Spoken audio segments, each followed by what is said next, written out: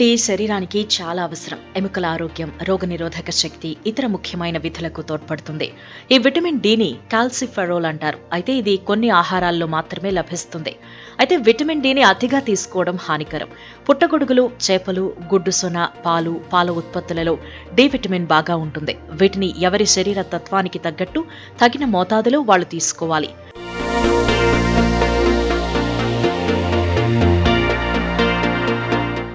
అతి సర్వత్రా వర్జేత్ అన్నట్టు విటమిన్ డి అధికమైన ప్రమాదమే. నిపుణుల విశ్లేషణ ప్రకారం అధిక విటమిన్ డి తీసుకోవడం వల్ల కలిగే కొన్ని దుష్ప్రభావాలు ఇలా ఉన్నాయి.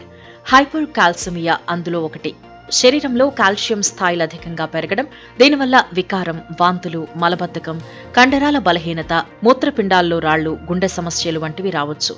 హైపర్ కాల్సిమియా కారణంగా మూత్రపిండాలు దెబ్బతినవచ్చు. చివరికి మూత్రపిండాల వైఫల్యానికి దారితీయొచ్చు.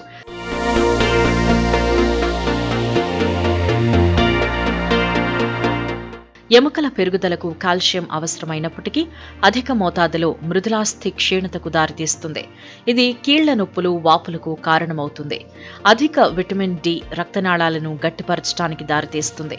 ఇది రక్తపోటు పెరగడం, గుండెపోటు, స్ట్రోక్ వంటి ప్రమాదాలను పెంచుతుంది. చాలా అరుదైన సందర్భాల్లో అధిక మోతాదులో విటమిన్ డి తీసుకోవటం వల్ల విటమిన్ డి విషంగా మారొచ్చు. ఇది ప్రాణాంతకం కావచ్చు.